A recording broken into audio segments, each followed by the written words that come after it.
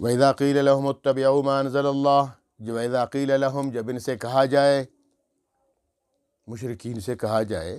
کفار سے کہا جائے، وَإِذَا، اور جب قیل کہا جائے، لہم ان سے، اتبعوا، اتباع کرو، تابعداری کرو، پیروی کرو، ما، ان چیزوں کی، انزل اللہ، جو اللہ نے اتاری ہیں، جو اللہ رب العالمین نے احکامات اتارے ہیں، ان احکامات کی پیروی کرو، ما انزل اللہ، جو اللہ نے اتارے احکامات۔ قالو، پتہ ہے کیا کہتے ہیں؟ قالو کہتے ہیں بل نتبع ما الفینا علیہ آباءنا، ہم تو ان چیزوں کی اتباع کریں گے، ان احکامات کی اتباع کریں گے، الفینا، کہ ہم نے پایا، ہم نے دیکھا، علیہ، ان پر، ان احکامات پر، آباءنا، اپنے آباء و اجداد کو، ہم ان احکامات پر عمل کریں گے جن احکامات پر اپنے آباء و اجداد کو دیکھا ہے،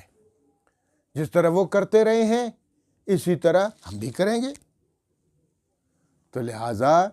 ہم اس پہ نہیں چلیں گے۔ تو بہت بری بات ہے، اپنے آباء و اجداد کو دیکھا ہے بھائی۔ آگے اللہ تعالیٰ پتہ کیا فرماتے ہیں؟ اولو کان آباؤہم لا یعقلون شیئا ولا یہتدون، اگرچہ کان آباؤہم، ان کے آبا، لا یعقلون، عقل نہیں رکھتے تھے، شیئا، کچھ بھی، ولا یہتدون، نہ وہ ہدایت پاتے تھے، اگرچہ ان کے آباء و اجداد ہدایت پر نہیں تھے، وہ عقل نہیں تھی ان کی، ضروری تو نہیں ہے کہ آپ کے آباء و اجداد عقل مند ہوں۔ اگر وہ غلطی پر تھے، اگر وہ شرک و کفر پر تھے، جیسے سیدنا ابراہیم علیہ السلام،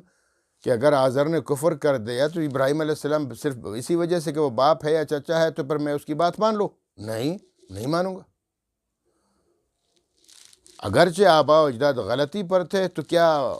پھر بھی ان کی تابعداری کریں گے؟ نہیں، ان کی تابعداری ہرگز نہیں کی جائے۔ دوسری جگہ بھی اللہ رب العالمین فرماتے ہیں سورہ اعراف میں کہ وَإِذَا فَعَلُوا فَاحِشَةً، جب یہ لوگ کوئی فحاشیت کا کوئی کام کرتے ہیں، کوئی غلط کام کرتے ہیں، قَالُوا وَجَدْنَا عَلَيْهِ آبَاءَنَا، ہم نے اس کام پر، اس فحش کام پر اپنے آباء و اجداد کو دیکھا تھا۔ اور آگے ان دیکھے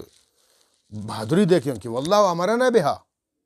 اللہ نے اس کا ہمیں حکم بھی دیا ہے، اپنے آباء و اجداد کو بھی اس کام پر دیکھا کہ وہ یہ کام کرتے تھے، یہ غلط کام،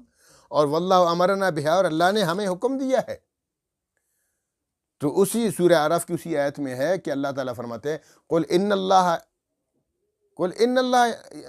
امر بالفحشاء،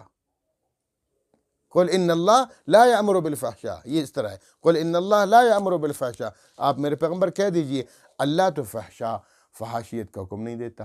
اللہ تو برائی کا حکم نہیں دیتا، اللہ کیسے حکم دے سکتا ہے؟